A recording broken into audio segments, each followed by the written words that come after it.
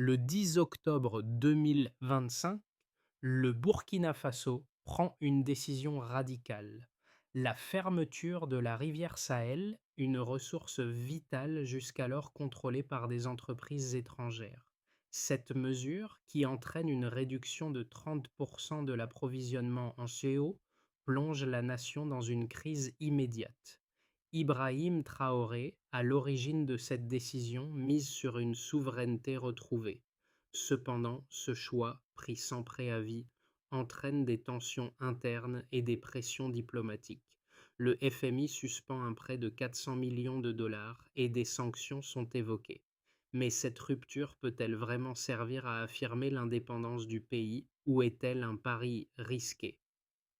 La décision d'Ibrahim Traoré de fermer la rivière Sahel soulève des enjeux multiples. D'une part, il s'agit d'un acte de souveraineté mettant fin à des années de dépendance à des entreprises étrangères qui géraient l'approvisionnement en eau du pays. D'autre part, cette rupture présente des risques immédiats. Le Burkina Faso fait face à des pénuries d'eau graves, des tensions sociales croissantes et une pression économique croissante, notamment avec la suspension d'un prêt crucial de 400 millions de dollars par le FMI. Les citoyens se retrouvent confrontés à des files d'attente pour l'eau, tandis que les prix des produits de base augmentent.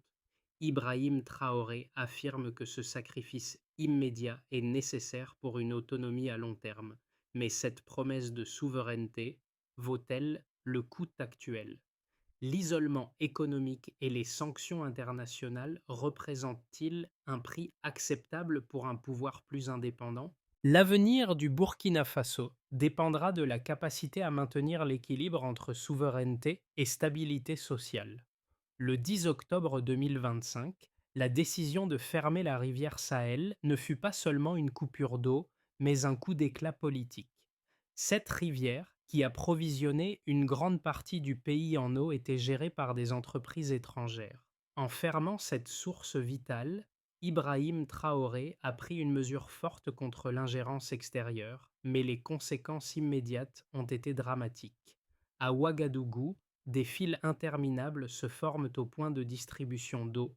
Les prix des produits de base, tels que le riz et l'huile, montent en flèche et l'inquiétude sanitaire grandit alors que la eau se raréfie dans des endroits essentiels. Au niveau technique, les équipes d'ingénieurs, accompagnées de l'armée, sont déployées pour sécuriser les stations de contrôle, les vannes et les barrages.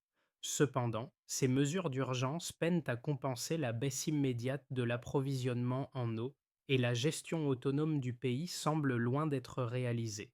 Les experts et les citoyens se battent contre un manque de ressources et une pression croissante. À l'international, l'Union européenne et les États-Unis condamnent la fermeture, menaçant le Burkina Faso de sanctions économiques. Le FMI, pour sa part, suspend un prêt de 400 millions de dollars, un coup dur pour l'économie nationale.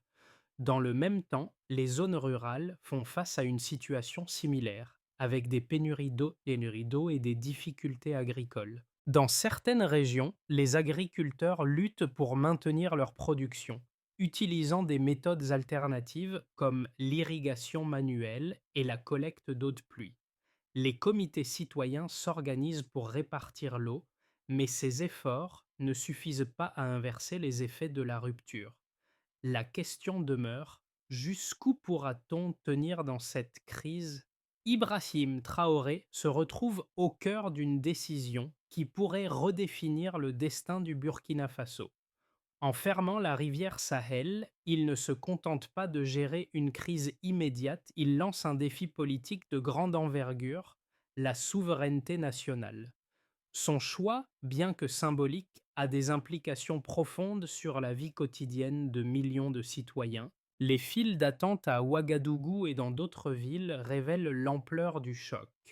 L'eau, devenue une denrée précieuse, contraint les habitants à réorganiser leur routine quotidienne. Les pénuries ne sont pas seulement un problème de ressources, elles révèlent des tensions sociales sous-jacentes et une gestion d'urgence chaotique. Les autorités tentent de rassurer la population en déployant des solutions à court terme, comme la distribution d'eau par camion, mais les efforts sont loin d'être suffisants face à une situation qui empire chaque jour. Sur le plan administratif et technique, des équipes d'ingénieurs accompagnés de l'armée prennent en charge la sécurisation des infrastructures hydrauliques essentielles.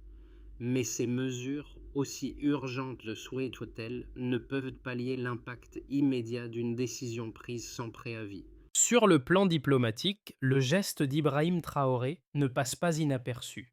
La suspension du prêt de 400 millions de dollars par le FMI, couplée aux sanctions économiques potentielles, marque un tournant dans les relations internationales du Burkina Faso.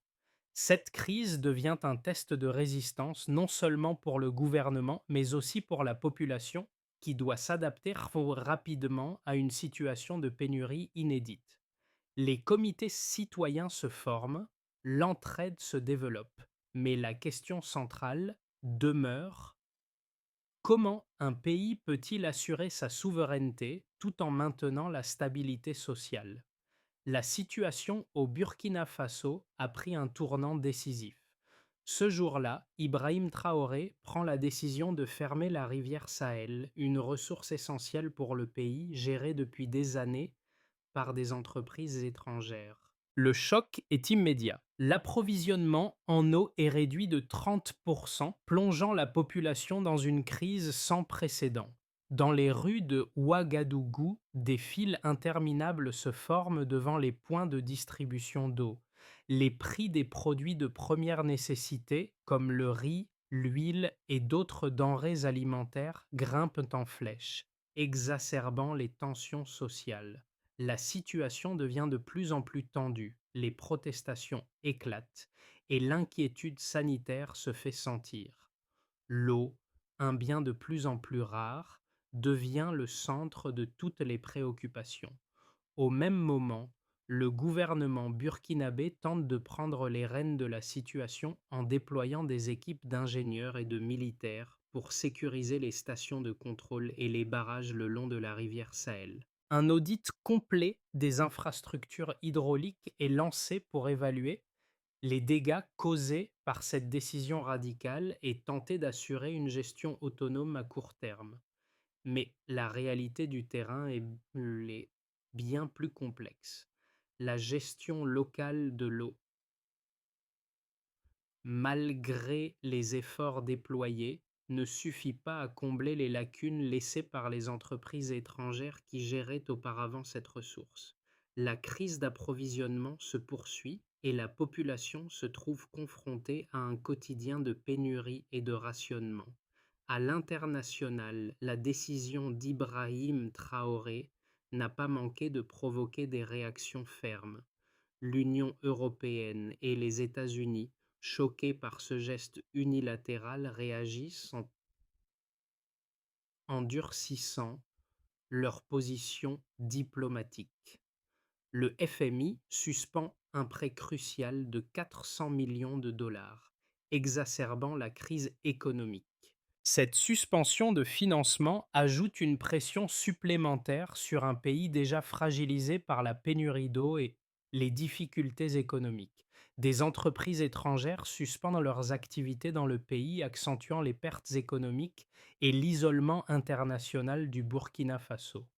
Les marchés financiers réagissent également de manière négative, affectant la stabilité économique du pays.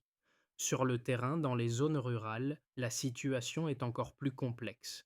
L'irrigation, essentielle à l'agriculture, est gravement perturbée par le manque d'eau. Les agriculteurs luttent pour maintenir leurs récoltes et la production agricole baisse. Les communautés rurales, malgré leurs efforts, peinent à s'adapter aux nouvelles conditions.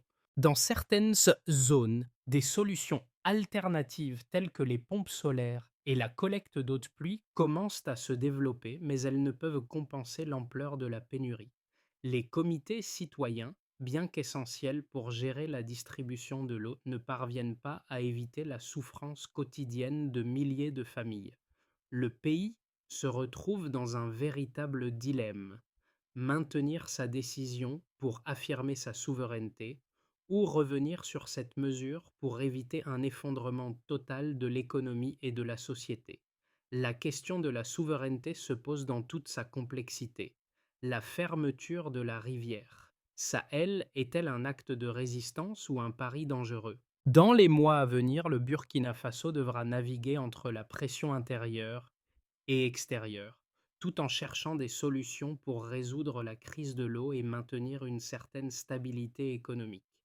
La crise de l'eau qui frappe le Burkina Faso suite à la fermeture de la rivière Sahel en octobre 2025 a des répercussions quantifiables qui marquent l'ensemble du pays. Selon les rapports gouvernementaux, l'approvisionnement en eau a été réduit de 30% dans certaines régions, principalement dans les zones urbaines où la demande est la plus élevée. Ce chiffre n'est pas simplement un pourcentage, il traduit des conséquences profondes. Des quartiers entiers de Ouagadougou, la capitale, se retrouvent privés d'eau potable pendant des heures chaque jour. Les files d'attente devant les camions-citernes se sont allongées et la population, en particulier les plus vulnérables, souffre d'un manque d'accès constant à une ressource vitale. Cette baisse de l'approvisionnement en eau a également des répercussions économiques directes. Le Fonds monétaire international, FMI, a suspendu un prêt de 400 millions de dollars destiné au financement de projets essentiels pour l'économie du pays. Selon les économistes locaux, cette suspension pourrait entraîner une perte de croissance du PIB de 2,5% à court terme, exacerbant la situation déjà précaire du pays. En parallèle, des pertes économiques directes sont estimées à près de 1,5 milliard de dollars en raison de la suspension d'activité par des entreprises étrangères opérant dans la région.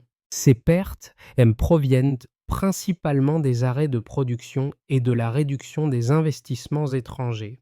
L'isolement économique du Burkina Faso se renforce alors que des entreprises étrangères suspendent leurs activités et que des investissements sont gelés. Les secteurs industriels et logistiques sont particulièrement touchés, avec des retards dans la chaîne d'approvisionnement et des pénuries de produits essentiels, tels que les matières premières et les biens de consommation.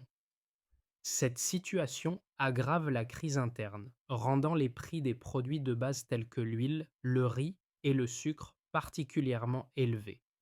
Les prix des produits alimentaires ont augmenté de 20 à 25% en seulement 2 mois, affectant directement le pouvoir d'achat de la population.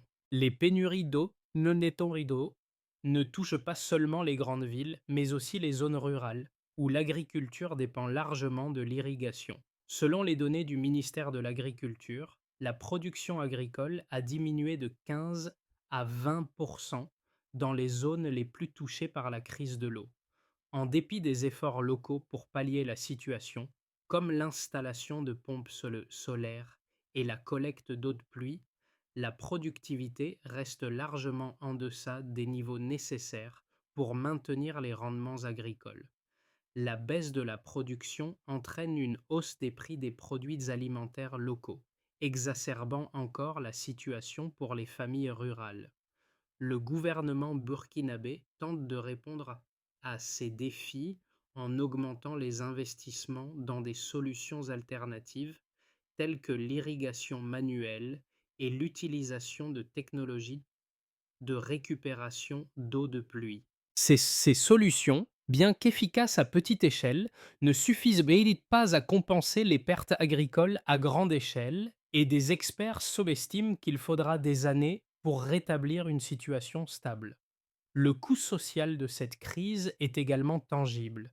Des milliers de personnes souffrent des conséquences des pénuries d'eau et de l'augmentation des prix des denrées alimentaires. Ces chiffres et données soulignent l'ampleur de la crise et illustrent les enjeux auxquels Ibrahim Traoré et le gouvernement du Burkina Faso doivent faire face. Le pays se trouve à un carrefour critique et les prochaines décisions seront déterminantes pour son avenir économique et social. La décision de fermer la rivière Sahel, bien que perçue par certains comme un acte de souveraineté nécessaire, a aussi des défenseurs farouchement critiques. D'un côté, certains experts estiment qu'il s'agit d'un acte stratégique qui met fin à une dépendance qui pesait lourdement sur le pays. Pour eux, l'externalisation des ressources essentielles, comme l'eau, était un gage d'ingérence étrangère qui affaiblissait la souveraineté nationale. En fermant la rivière, Ibrahim Traoré veut donner un signal fort: le Burkina Faso doit retrouver le contrôle de ses ressources naturelles et de son avenir économique, quitte à en payer le prix fort à court terme. Pour ces défenseurs de la souveraineté, l'objectif n'est pas seulement de gérer la crise d'eau immédiate, mais de préparer un avenir où le pays serait moins vulnérable aux pressions extérieures. D'autre part, certains analystes, bien que reconnaissant la nécessité de renforcer l'indépendance du pays, affirme que la fermeture de la rivière est une décision précipitée qui ignore les réalités économiques et sociales du pays. En réduisant brusquement l'approvisionnement en eau de 30%, la crise a des répercussions immédiates sur l'économie et sur le bien-être des citoyens. La suspension du prêt de 400 millions de dollars par le FMI, couplée à la suspension d'activités par des entreprises étrangères, exacerbe la situation. Les répercussions économiques sont douloureuses. La hausse des prix des produits de base, la réduction de la production agricole et la contraction de l'activité industrielle touchent particulièrement les plus vulnérables. De plus, l'isolement international du Burkina Faso menace de devenir un obstacle majeur à ses efforts pour rebâtir ses infrastructures et restaurer une stabilité économique. Dans cette lecture, la question qui se pose est de savoir si la souveraineté du Burkina Faso peut réellement se construire sur une crise aussi profonde. La logique de souveraineté semble irrémédiablement liée à un processus de reconstruction qui pourrait durer des années. Les critiques soulignent que la souveraineté ne peut pas être obtenue simplement par une décision unilatérale.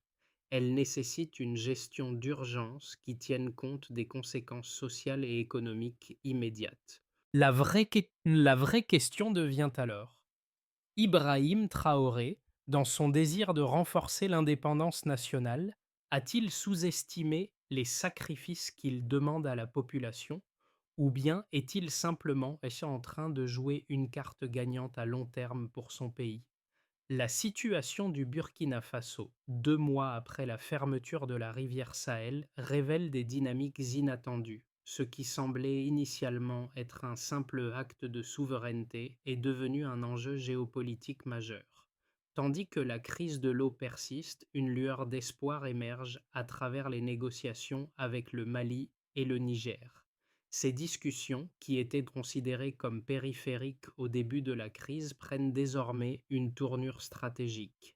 Elles ouvrent la voie à une coopération régionale en matière de gestion de l'eau. Ces accords potentiels ne se limitent pas seulement à un soutien politique, mais visent un partage concret des ressources hydriques, rendant la souveraineté de l'eau au Burkina Faso non pas un geste isolé, mais un mouvement stratégique dans un réseau de coopération plus large.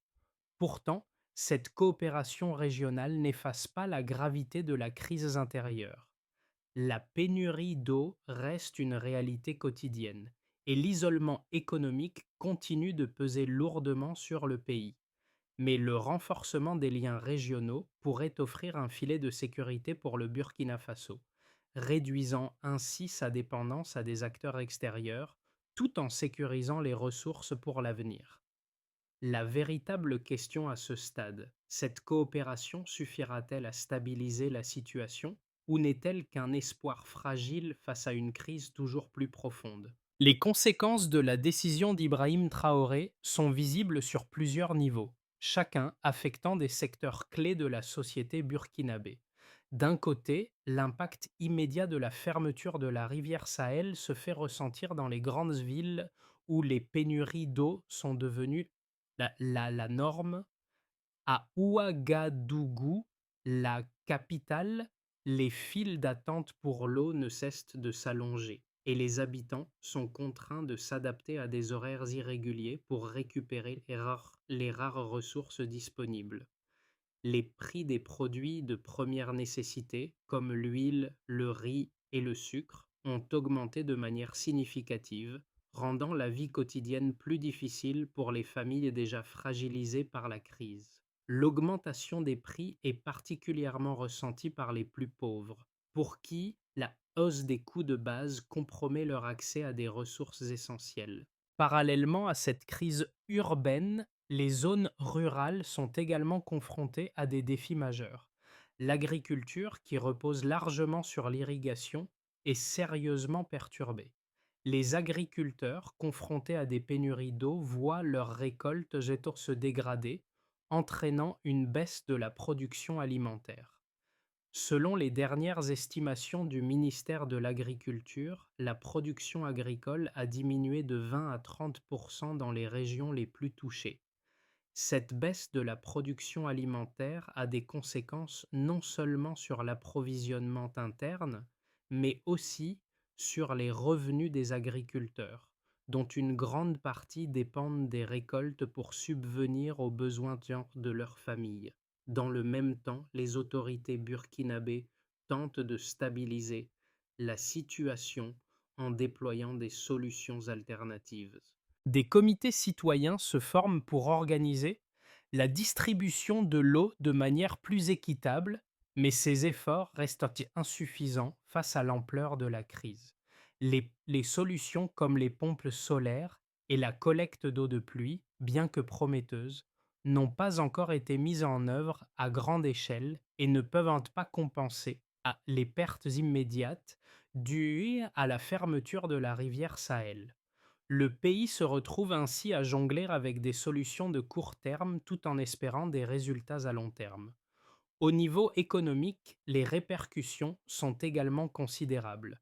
La suspension du prêt de 400 millions de dollars par le FMI et l'arrêt des investissements étrangers ont plongé l'économie burkinabé dans une récession. Des milliers de travailleurs ont perdu leur emploi et l'industrie locale subit de lourdes pertes en raison des perturbations dans la chaîne d'approvisionnement et de la fermeture des entreprises.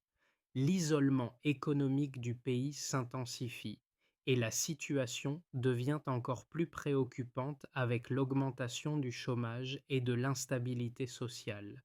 Les entreprises locales, qui peinent à se maintenir à flot, souffrent d'une réduction de la demande, en particulier dans les secteurs de la production alimentaire et de l'industrie légère. La pression internationale se fait également sentir avec des sanctions économiques et une augmentation des critiques concernant la gestion de la crise. Pourtant, malgré ces difficultés, les autorités burkinabées continuent de défendre leurs décisions, convaincus que la souveraineté du pays à long terme en dépend. Le défi pour Ibrahim Traoré et son gouvernement est de convaincre la population et la communauté internationale que ce sacrifice immédiat conduira à des bénéfices durables. Mais la question demeure, jusqu'à quel point le Burkina Faso pourra-t-il maintenir ce cap sans compromettre davantage son bien-être économique et social? À court terme, la crise de l'eau au Burkina Faso pourrait se stabiliser sous une pression constante. Si le gouvernement réussit à maintenir un contrôle suffisant sur les infrastructures hydrauliques et à coordonner l'aide régionale avec le Mali et le Niger, la situation pourrait se normaliser progressivement. Les pénuries d'eau seraient toujours présentes, mais les d'irrigation alternatifs, comme l'irrigation manuelle et l'utilisation de pompes solaires, pourraient permettre de soutenir une production agricole minimale. Cependant, cette stabilisation pourrait être fragile. Les solutions locales ne sauraient compenser les pertes immédiates causées par la fermeture de la rivière Sahel. De plus, l'isolement économique du pays risque de durer, car les investissements étrangers ne reviendront pas rapidement et l'accès au financement international restera limité. La récession économique pourrait ainsi persister, malgré une amélioration partielle des conditions de vie dans certaines régions. Dans une seconde trajectoire, plus optimiste, la coopération régionale pourrait renforcer la résilience du Burkina Faso. Si les négociations avec le Mali et le Niger aboutissent à un accord solide sur le partage des ressources en eau, le pays pourrait stabiliser son approvisionnement en eau à plus long terme. Cette collaboration régionale offrirait non seulement un accès plus fiable à l'eau, mais aussi des investissements communs pour moderniser les infrastructures hydrauliques. Les solutions alternatives, comme les pompes solaires et la collecte d'eau de pluie, pourraient se généraliser, atténuant ainsi les pénuries dans les zones rurales et urbaines. Cette coopération pourrait aussi alléger la pression économique, en réduisant l'isolement et en attirant de nouveaux partenaires économiques régionaux. En conséquence, l'économie burkinabé pourrait commencer à se redresser, bien que lentement, grâce à des réformes internes et un réseau de soutien régional plus solide. Enfin, dans une trajectoire plus sombre, le pays pourrait entrer dans une spirale de pénurie prolongée et d'isolement croissant. Si les tensions internes augmentent et que l'aide régionale échoue à compenser les pertes, le Burkina Faso pourrait se retrouver avec une crise sanitaire majeure, exacerbée par les pénuries alimentaires et la hausse des prix. La suspension du prêt du FMI, couplée à une mauvaise gestion de la crise, pourrait rendre la situation économique encore plus précaire, avec des pertes de production estimées à plus de 2,5% du PIB. Si la coopération régionale se dégrade et que les sanctions internationales se renforcent, le pays pourrait être confronté à une crise humanitaire prolongée, avec une instabilité politique accrue. Le choix stratégique du gouvernement burkinabé sera crucial. Si les autorités parviennent à stabiliser la situation tout en renforçant la coopération régionale et en sécurisant l'autosuffisance en eau, le pays pourrait émerger de cette crise avec une souveraineté accrue. Si la situation s'aggrave, cependant, le Burkina Faso pourrait se retrouver coincé dans une crise prolongée, avec des conséquences économiques et sociales dévastatrices. Les répercussions de la crise de l'eau ne se limitent pas à des chiffres ou à des statistiques économiques. Elles affectent profondément la vie quotidienne des Burkinabés. Les habitants des grandes villes comme Ouagadougou se battent chaque jour pour accéder à l'eau, un besoin fondamental devenu un luxe. Les familles doivent prendre des décisions difficiles sur la manière de répartir l'eau, entre boire, cuisiner ou se laver. Dans les zones rurales, l'impact est tout aussi sévère. Les agriculteurs, déjà confrontés à des conditions difficiles, voient leur production se réduire à cause de la baisse de l'irrigation, mettant en péril leur subsistance et l'approvisionnement alimentaire local. La détresse de ces familles est palpable, mais elle est aussi contrebalancée par un sentiment de solidarité qui se développe à travers les comités citoyens. Ces initiatives locales, bien qu'elles ne suffisent pas à résoudre la crise, montrent la résilience de la population face à l'adversité. Les Burkinabés vivent une réalité où chaque goutte d'eau devient précieuse. Les images de files d'attente interminables et de scènes d'attente devant les points de distribution sont devenues des symboles de la lutte quotidienne.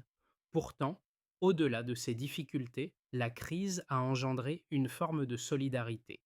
Les comités citoyens se sont formés, les citoyens s'entraident pour gérer les ressources limitées. Ce phénomène met en lumière la capacité de la société à s'adapter, mais aussi les failles structurelles profondes qui demeurent. Le défi pour Ibrahim Traoré et son gouvernement est d'équilibrer cette solidarité de terrain avec une gouvernance efficace. Si la situation continue à se détériorer, il ne suffira plus de compter sur l'entraide locale. La véritable question est: Jusqu'où les Burkinabés peuvent-ils tenir avant que la crise ne devienne une rupture totale? Le pays se trouve à un point de basculement où chaque jour compte pour préserver la cohésion sociale et l'avenir du Burkina Faso. Pour sortir de la crise de l'eau, le Burkina Faso doit adopter un plan en plusieurs étapes, combinant des actions immédiates et des stratégies à long terme. Premièrement, il est impératif de sécuriser les infrastructures existantes. Cela signifie non seulement réparer les stations de contrôle, les vannes et les barrages endommagés, mais aussi renforcer la surveillance et l'entretien de ces équipements. Des équipes d'ingénieurs, accompagnées de l'armée, devront être déployées dans toutes les zones critiques pour assurer un fonctionnement continu et éviter tout autre incident technique majeur. Deuxièmement, il est essentiel d'effectuer un audit complet des infrastructures hydrauliques du pays, afin d'évaluer les dommages à long terme causés par la fermeture de la rivière Sahel et d'élaborer un plan de modernisation. Cet audit permettra de mieux comprendre les besoins réels du pays en matière d'infrastructures et de définir des priorités pour les réparations et les investissements à venir. Troisièmement, il faut encourager et étendre l'utilisation de solutions alternatives à l'irrigation traditionnelle. Des technologies telles que les pompes serres, les systèmes de collecte d'eau de pluie et les pratiques d'irrigation manuelle doivent être soutenues par le gouvernement, notamment dans les zones rurales. Cela nécessitera la formation des agriculteurs locaux et la mise en place de mécanismes de financement pour rendre ces technologies accessibles. Enfin, le gouvernement devra consolider ses relations régionales, notamment avec le Mali et le Niger, pour établir un cadre de coopération sur la gestion des ressources en eau.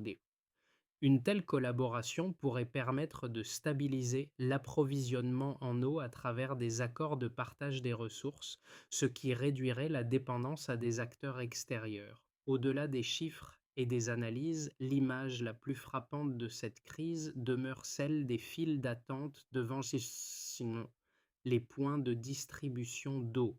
Ces scènes, d'abord perçues comme un simple symptôme d'une pénurie, sont devenues un motif central du quotidien burkinabé.